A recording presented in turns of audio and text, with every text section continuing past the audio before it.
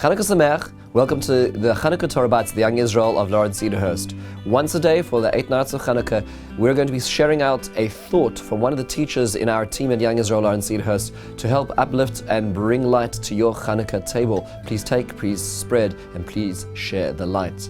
We're going to start off this morning, this Chanukah evening actually, trying to prepare ourselves for the notion of what Chanukah is. What does the word Chanukah actually mean?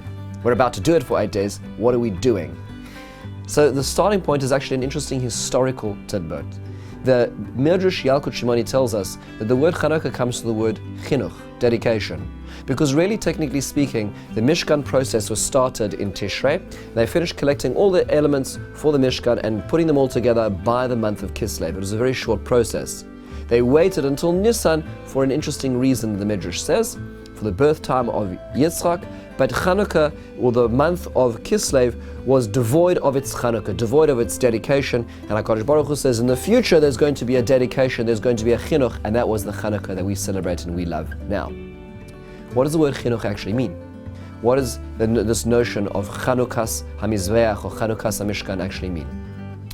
We generally translate it as dedication. We're dedicating this item here, this item there, everything belongs in its place.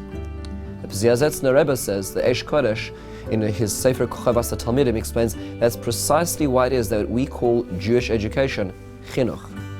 Chinuch isn't necessarily teaching information. Chinuch isn't about necessarily getting the best SAT scores and the best college or yeshiva entry scores. What chinuch is being able to understand the place and the function of every human being.